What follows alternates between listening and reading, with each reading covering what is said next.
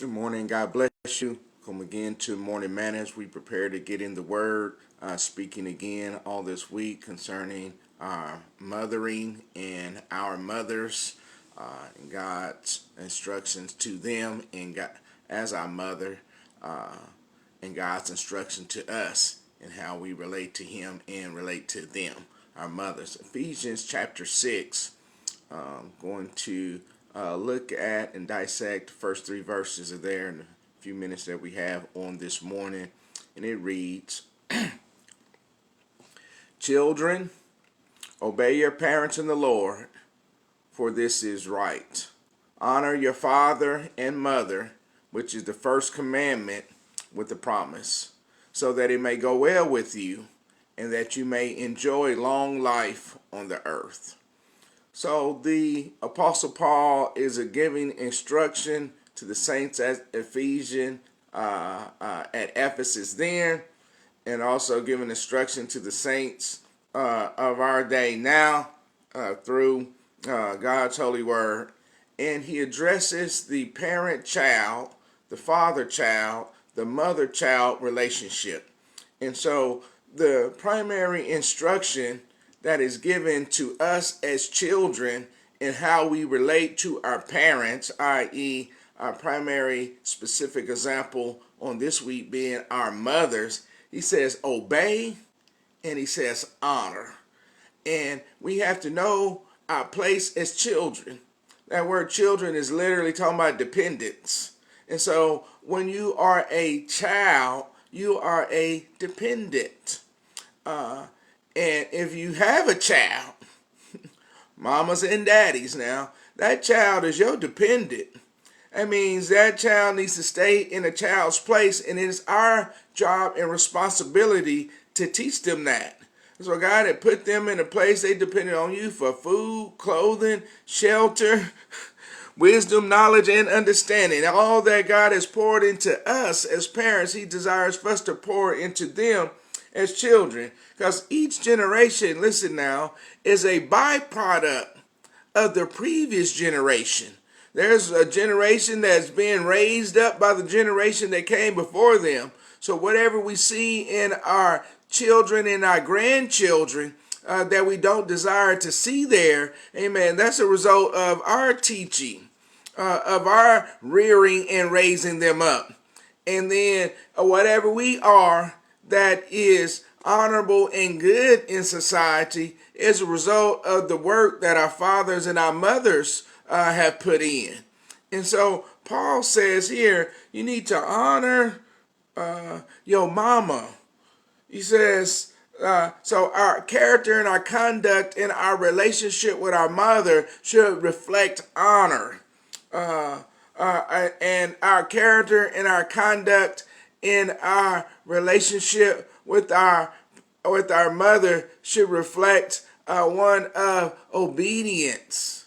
Character being speaking to the honor, and obedience speaking to our conduct. Know that when we're ministering, mothers, when you're ministering to your children, be firm and be direct. Amen. Speak the word over their life. Pray over them, because the enemy is seeking and destroying young people. He's sending subliminal messages and using universal mind control through music and through media to try to program the minds of these young people in order to lead them off of the path of God and down the path of destruction. And so listen, we have to focus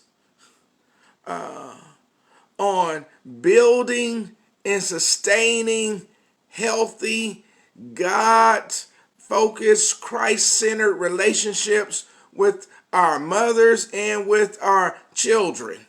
So it's a two-way street. And so I encourage you to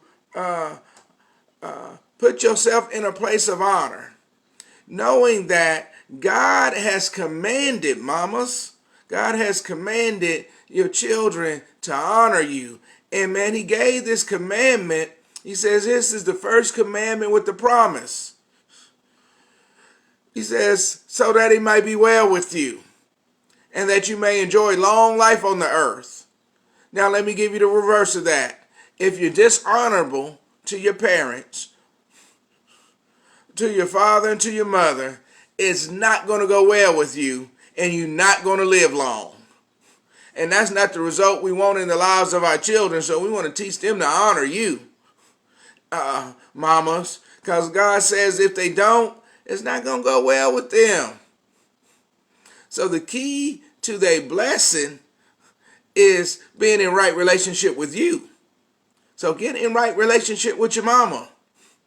And mothers, carry yourself in a way that your children know that, listen now, they need to have their relationship right with you. They can't be in right relationship with God without being in right relationship with the parents.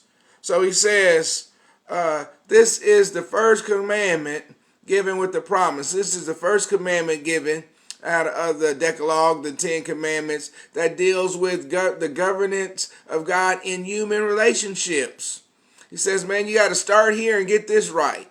And then if you get this right, that same attitude of honor will carry over into other relationships. Honor speaks of recognition and submission to authority. It means to revere, to hold in high esteem, to respect, to be responsive to the voice of, and to acknowledge the value in the relationship. It means to take seriously.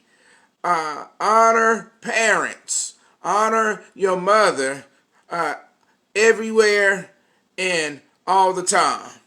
And because we should seek to be in right relationship with God by being in right relationship with each other in the parent-child, mother-child relationship. So revere your mother, honor your mother, hold her in high esteem.